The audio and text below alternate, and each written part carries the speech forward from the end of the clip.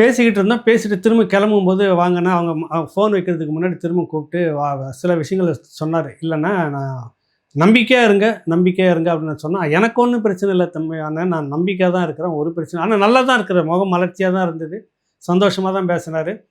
இதெல்லாம் எனக்கு ஒண்ணும் இல்ல. நான் புதுசா வந்திருக்கேன். இதுக்கு முன்னாடி பல போராட்டங்கள பண்ணிட்டு உள்ள வந்தேன். நான் ஒண்ணும் திருடிட்டு, கொள்ளடிச்சுட்டு, கட்ட பஞ்சாயத்து பண்ணி காசு வாங்கிக்கிட்டு, சீட்டிங் பண்ணிட்டுலாம் உள்ள வரல. நியாயமா போராட்டம் பண்ணிட்டு இதுக்கு முன்னாடி வந்திருக்கிறேன். சிறைய சந்திச்சிருக்கிறேன். இப்பயும் சந்திக்கிறேன். இப்பவும் என் மேல தப்பு இல்ல. எல்லா மக்களுக்கும் இந்த விஷயங்கள தெரியும். எல்லா மக்களுக்கும் இது வெளிப்படையா தெரிஞ்ச விஷயம். ரோட்ல நடந்தது. எனக்கு தற்காத்து கொள்ள நான் செய்தேன் அவ்வளோதான். நான் கொடுத்த புகார்ல இன்ன வரைக்கும் வழக்கே வரல. எடுத்துக்கல. எல்லாம் பார்த்துக்கிட்டு தான் இருக்கிறோம். சட்டம் என்னைக்கா இருந்தாலும் தன்னுடைய கடமைய கரெக்ட்டா செய்யும் நம்ம நம்புறோம்.